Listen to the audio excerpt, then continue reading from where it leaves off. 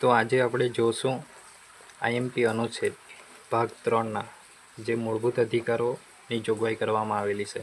એમાં વારંવાર પરીક્ષામાં પૂછાતા અનુચ્છેદ જે આપણે ગોખી જ લેવા જોઈએ, એટલે કે યાદ રાખવું તો એટલું જ ઇમ્પોર્ટન્ટ છે. એના વિશે આપણે કયા કયા આઈએમપી અનુચ્છેદ છે એના વિશે થોડું સમજીએ અને જોઈએ. તો અનુચ્છેદ 14 કાયદા સમક્ષ સમાનતા અને કાયદાનું સમાન રક્ષણ, એટલે કે કાયદાથી આપણે બધા સમાન છીએ અને બધા માટે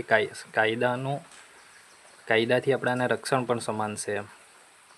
અનુચ્છેદ 15 ધર્મ, જાતિ, જ્ઞાતિ, લિંગ અથવા જન્મસ્થાનને આધારે આપણા પર કોઈ પણ ભેદભાવ થઈ શકે નહીં. અનુચ્છેદ 16 જાહેર રોજગારીમાં તકની સમાનતા.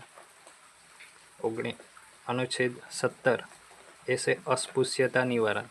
આ પરીક્ષામાં સૌથી વધારે પૂછાતો કોઈ અનુચ્છેદ હોય તો આ 17 અસ્પૃશ્યતા નાબૂદી. 18 ઇલકાબો અને ખિતાબોની નાબૂદી. અનુચ્છેદ 19 જેમાં આપેલી છે 6 પ્રકારની સ્વતંત્રતા: વાણીની સ્વતંત્રતા, મંડળ રચવાની સ્વતંત્રતા કે સંગઠન રચવાની સ્વતંત્રતા, રહેવાની સ્વતંત્રતા, ધંધો કરવાની સ્વતંત્રતા, હરવા ફરવાની સ્વતંત્રતા. અને અનુચ્છેદ 21 જેમાં આપવામાં આવ્યું છે જીવન જીવવાનો અને વ્યક્તિગત સ્વતંત્રનો અધિકાર. અનુચ્છેદ 21 જેમાં શિક્ષણનો અધિકાર, એટલે કે એમાં આપવામાં આવ્યું છે કે 6 થી 14 વર્ષના બાળકો માટે મફત શિક્ષણની જોગવાઈ રાજ્ય સરકાર કે કેન્દ્ર સરકાર કરશે. પછી અનુચ્છેદ 23 જેમાં માનવ તસ્કરી, વેઠ પ્રથા એટલે કે બળજબરીપૂર્વક મજૂરી પર પ્રતિબંધ મૂકવામાં આવ્યો છે.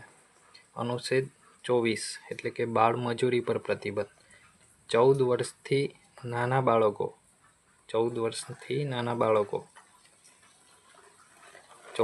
નાના બાળકોને કારખાનામાં નોકરી પર રાખવા માટે પ્રતિબંધ કરવામાં આવ્યો છે, એટલે કે કોઈ પણ જગ્યાએ નોકરી પર રાખવા પર પ્રતિબંધ કરવામાં આવ્યો છે. અનુચ્છેદ 32 જેમાં આપવામાં આવ્યું છે કે બંધારણીય ઇલાજનો અધિકાર.